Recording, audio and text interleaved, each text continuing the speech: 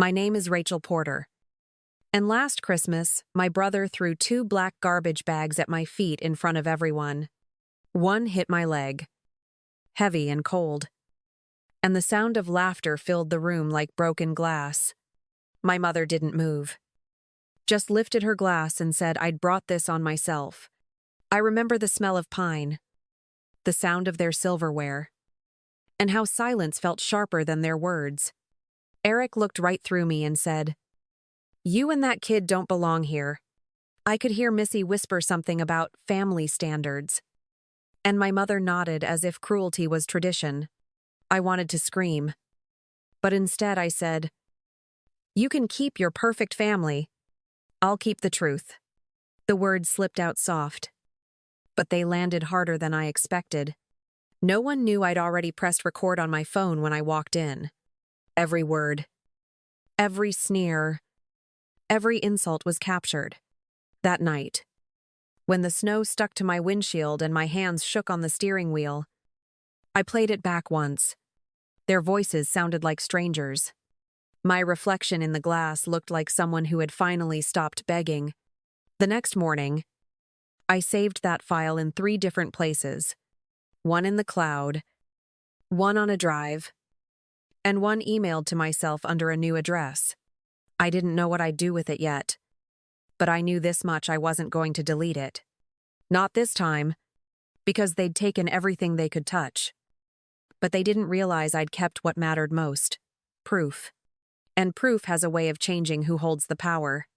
The night at the farm was supposed to be a celebration. The annual family dinner where appearances mattered more than truth.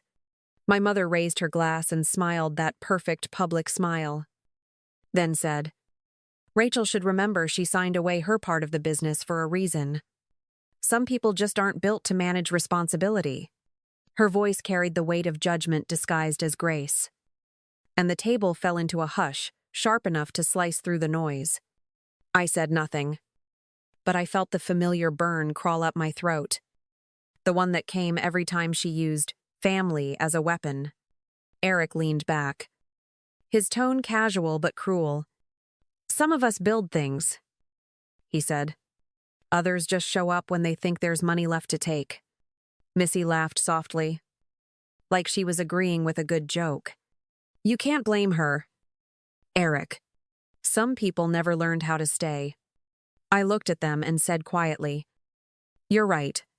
I stayed long enough to learn what betrayal sounds like." The words made Eric's smirk falter for a second before he reached for his drink. My mother sighed as if exhausted by my existence. "Don't start, Rachel. You've always been dramatic. It's Christmas, not one of your moral crusades." I kept my tone even. "You don't get to dress cruelty in tinsel and call it family tradition." Missy rolled her eyes. "You love acting like the victim. Maybe if you stopped running away every time things got real, people would respect you," I replied. "Respect isn't something you get by stepping on others, Missy. It's what you lose when you do." For a moment, silence spread again, heavy and uneasy. My mother finally said, "We're not having this conversation tonight. You've already embarrassed yourself enough." I looked at her and felt something shift inside me. Something that stopped asking for permission. "You can keep the flowers," I said. "I'll keep the truth." The air changed after that. Like everyone realized they'd gone too far, but no one wanted to step back. I stood, thanked her for dinner, and saw my reflection in the window calm, cold, done. They didn't know it yet. But that was the moment the balance started to turn. Back in Seattle, the sound of that dinner kept looping in my head until I couldn't pretend it was just another family disaster. I opened the file on my phone, pressed play, and listened to their voices one more time. Then I called Tom Wyatt, the only lawyer I trusted enough to hear the truth without judgment. When he picked up, I said, "They made me sign something after Dad's funeral. Said it was just to simplify things until I got back on my feet. He asked me to bring every document I had. So I drove to his office the next morning. Tom skimmed the pages, his brow tightening as he read.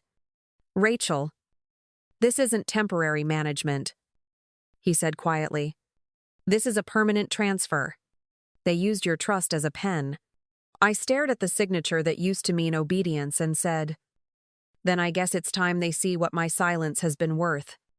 End quote. Tom leaned back, folding his hands. "You could sue, but it's messy and public.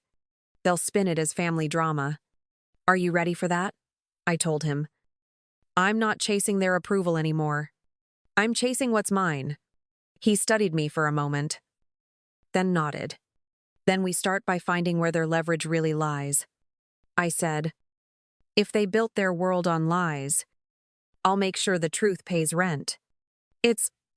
When I left his office, the cold air felt clean, like something had finally snapped into focus. They had stolen my name from the paperwork, but not from the law. I wasn't going to fight them in their house anymore. This time, I'd build my case in mine, one proof at a time, until every signature that erased me became the first line of their undoing. Sophie was the first person I told after Tom. She listened quietly as I laid everything out, from the recording to the papers Tom found. When I finished, she said, "Then you don't just need justice, you need strategy." I asked what she meant, and she smiled slightly. "If their image is their empire, Rachel, then truth is your currency." 8. Over the next few weeks, I stayed late after work, researching every article and local feature about Porter family florals. Their reputation was spotless, painted in soft colors and small-town perfection. Eric had been expanding, taking loans in the company's name to build an event venue and new storage facilities. Sophie scrolled through his social posts and said, "He's bragging like a man who owes more than he admits." I replied. Then his ego just handed me the blueprint. "Oh, have." Tom called to update me on the legal front. If he used the property as collateral and over-leveraged himself, there's a chance that loan could be sold. He said, "Whoever buys that debt controls what happens next." I asked, "You mean if I buy it, I become the one holding the strings?" He nodded. "Exactly. But Rachel, that's not revenge. That's business." I said, "Business is just power with paperwork." Tom, and they taught me how power works. Sophie looked at me one evening, her tone softer. "Are you sure you want to go this far? You can still walk away." I told her, "I did walk away once. It just made them think they'd won." She exhaled slowly, then said, "Then let's make sure this time you walk back in as the one writing the rules." I smiled for the first time in months and said, "That's the plan." When I closed my laptop that night, the plan wasn't about rage anymore. It was structure, timing, precision, the same things they'd used to shut me out. They thought I'd stay quiet forever. But silence can be a weapon when you know when to use it. And by the time they realized what I was building, I wouldn't be asking for a seat at the table. I'd be owning the table itself. Eric called my mother first, his voice sharp with suspicion. "Someone's requesting our loan records," he said. "You think it's her?" Evelyn didn't hesitate. "Of course it's Rachel. She's always been jealous. Always looking for a fight." Missy joined the call, her tone laced with false concern. "She's probably trying to drag us through another pity circus. Maybe we should remind people who she really is." Evelyn sighed like she was tired of being noble. "Let her day. She won't find anything that matters. She's all emotion, no strategy," Eric replied. "You don't understand. If she's poking around the bank, she's planning something. Nobody asks for those files unless they want leverage." Missy laughed lightly. "Leverage? Please? Rachel can't even manage her own life. let her post her sad quotes online. It's the only audience she's got. I read those words later when they echoed through a group message they forgot I still had access to. And I smiled. They had mistaken silence for surrender again. The same arrogance that built their empire was now the fault line running through it. Sophie once told me, "If they want a show, sell tickets." She was right. They were already performing, and I had just started taking notes on their final act. Tom called a week later with the confirmation I'd been waiting for. "The loan is active, and the bank's open to selling it," he said. "They're overextended and behind on payments." I asked how much control that would give me if I took it. "Enough," he replied. "You'd be their creditor, which means they'd answer to you before they answer to anyone else." I told him I wanted the paperwork. He hesitated for a second, then said, "Rachel, make sure you're doing this for the right reason." I answered, "The right reason is the only one I have left: accountability." When the documents arrived, I read every line twice before signing. Tom reminded me, "This isn't revenge. It's structure," I told him. "Structure is what they used to erase me. Now it's what I'll use to write them back in the truth." Sophie met me afterward and asked how it felt. "Like balance," I said. "Not victory, just balance." She nodded, her voice low. "Then keep it that way. When you win quietly, they never see it coming." I smiled and said, "That's the point." That night, I created a new account under a name that didn't trace back to me. I uploaded a blurred still frame from the recording. Only the sound of a bag hitting the floor and a voice saying, "You don't belong here." I added one line beneath it. "When family forgets what love means, truth remembers." I didn't post it yet. I saved it as a draft. Timing mattered more than anger. For the first time in years, I slept without replaying their words. The farm wasn't mine yet. But the narrative was already shifting. They had built everything on image. And I had turned image into evidence. Power doesn't always roar. Sometimes it whispers through a contract and waits for the right season. When winter came back around, I planned to let them hear exactly how quiet justice can sound. The morning of the grand reopening came cold and bright. The kind of winter light that made everything look cleaner than it really was. When I walked through the gates, Eric's voice cracked mid-greeting as he saw me. "You shouldn't be here," he said, lowering his tone when customers turned to look. I smiled and answered, "Actually, I have every right. You might want to check with your bank before you ask me to leave." His jaw tightened. "What are you talking about?" I handed him the folded document. "Your loan note was sold. I bought it. If..." He stared at the page, then at me. "You're lying," I said. "You can confirm it yourself. The letterhead's real, and the balance is current. You're now operating under my terms." My mother stepped forward, her voice trembling with control. "Rachel, stop this madness. You'd destroy your own family just to prove a point?" I kept my voice level. "No. I'm saving my daughter from learning that silence is a family tradition. You raised me to think compliance was love. I'm just teaching a different lesson." Missy muttered. "This is pathetic. You're bluffing." I turned to her and said, "If it were a bluff, you wouldn't be shaking." "Eyewall." Evelyn looked at me with eyes full of disbelief. "You can't just come in here and take what's ours." I replied, "I'm not taking anything. I'm reclaiming what you signed out of me. You built your business on my inheritance. And now you'll answer to it." Eric clenched his fists. "You think this piece of paper scares me?" I said. "It's not supposed to scare you. It's supposed to remind you that consequences have a schedule."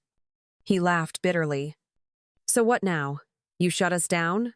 Call the sheriff?" I shook my head. "No. I'm giving you an option, something you never gave me. Turnist. My mother asked what I wanted. The words breaking on her tongue. I told her, "You're going to apologize to me and to my daughter for what you said last Christmas. All of you. And then you're going to sign the revised agreement Tom prepared, restoring my ownership share in the company. In return, I'll keep this between us." Eric scoffed. "You wouldn't dare make this public." I looked at him and said, "You've already made it public." "Eric, you just didn't realize people have been watching your perfect family for cracks," Evelyn whispered. "You're blackmailing your own blood," I replied. "I'm giving you a chance to keep your legacy intact. The rest is up to you." And Missy stepped closer, lowering her voice. "You're making a scene," I said. "Last year, you made a scene when you threw my name in the trash. This is just the cleanup." Tom, who stood silently behind me, handed over the documents. Eric's hand trembled as he read the clauses. "You're ruthless," he said. I answered, "No, I'm precise. That's how you taught me to survive." My mother's voice softened, almost pleading. "We can fix this, Rachel. We can work something out." I told her, "The fixing starts with the truth. Say it to her face." She looked away until I added, "Or I walk. And the bank walks with me." Test. The silence stretched before she turned to me and said, "I'm sorry for what I said. I was wrong. You and your daughter belong here," Eric added grudgingly. "I shouldn't have said you weren't family." I was angry. Missy's voice cracked. "I was trying to fit in. I went along with them. I'm sorry too." I nodded slowly. "You're not apologizing for me," I said. "You're doing it for the people who still think family means control. Let them see what accountability looks like." My mother whispered. "Is that enough?" I said. "It's a start." Oh. Tom verified each signature, sealing the transaction. Eric muttered, "So this is your revenge." I met his eyes and said, "No, this is my balance sheet. You can call it what you like." Evelyn reached for the papers, her hand trembling. "You've taken everything," she said. I told her, "No, I've taken back what was mine. The rest is the cost of your comfort." For the first time, none of them argued. The only sound left was the quiet scratch of ink against paper. When it was done, I folded the agreement and said, "From now on, this farm runs under a new principle. Respect is part of the profit." Eric tried to speak, but I stopped him. "Save it. Words don't pay debts anymore," my mother whispered. "You've changed," I answered. "You're right. I finally understand the value of peace. And it isn't free." As I turned to leave, she said softly, "Do you hate us now?" I paused and said, "No. Hate is loud. I'm done being loud." Walking out, I realized they had taught me exactly what I needed: the difference between forgiveness and surrender. And that difference was worth every signature they gave me today. The weeks that followed felt quiet in a way I hadn't known before. Tom finalized the filings, and the ink on those papers became the boundary I had waited years to draw. Evelyn stopped calling. Eric kept the business running under my terms. And Missy disappeared from social media without a word. The silence wasn't peace yet, but it was the sound of control shifting. Sophie came to see the farm one afternoon and looked around at the changes. "You didn't destroy them," she said. "You restructured them." I told her I wasn't trying to break anything. I just refused to stay broken. She smiled and said, "Then I'd say that's better than revenge." I answered, "It's the only kind that lasts." The truth was, I had no interest in watching them suffer. I just wanted to watch them adjust to accountability.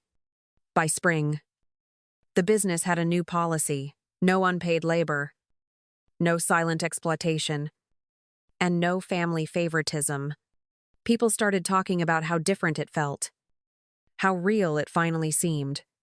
My mother sent a message once. Short and raw. "I don't know how to fix what I did, but I hope you'll let me try." I read it twice before replying. Start with yourself. The rest will follow. Takes verting it. When I stood on the edge of the property months later, I felt no anger, only distance. What once looked like the scene of my humiliation had become the foundation of my clarity. Sophie asked if I forgave them. And I said, "Not yet, but I've stopped letting them rent space in my peace." She nodded. That's forgiveness in progress. I looked across the fields and thought, maybe healing isn't about forgetting. Maybe it's about finally owning the story they tried to write for you and ending it on your own terms. Thank you for staying with me until the end of this story.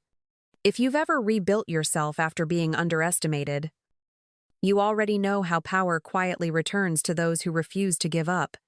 Tell me what part of Rachel's story stayed with you most.